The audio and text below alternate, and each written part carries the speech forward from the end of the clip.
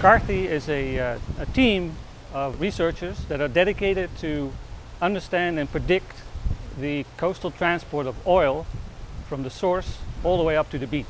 We are specifically looking at how the oil can get from outside of the surf zone, through the surf zone, onto the beach, and that's where we have dedicated instruments and drifters planned to measure the transport pathways of the oil. So this is the scope drifter. We'll have 220 of these, and the idea behind it is that they're cheap, they're durable, and they give us their position every 5 minutes. So as they go with the flow, we understand the flow patterns, and from that we hope to learn how oil gets through the surf zone onto the beach. We have the holes at the bottom, and there's holes at the top, so the water can go through and you don't have all this buoyancy when they go underneath the wave.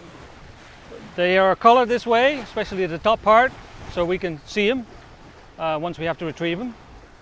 They will be in the water from a couple of hours to potentially a number of days.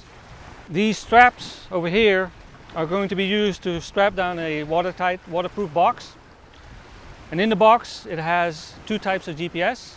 And then of course the other thing is the weight. So the weight at the bottom makes it so that once it is tossed over by a wave, it gets upright really quickly. So that way the GPS doesn't get underwater, because if it's underwater we don't get signal and we don't know where it is.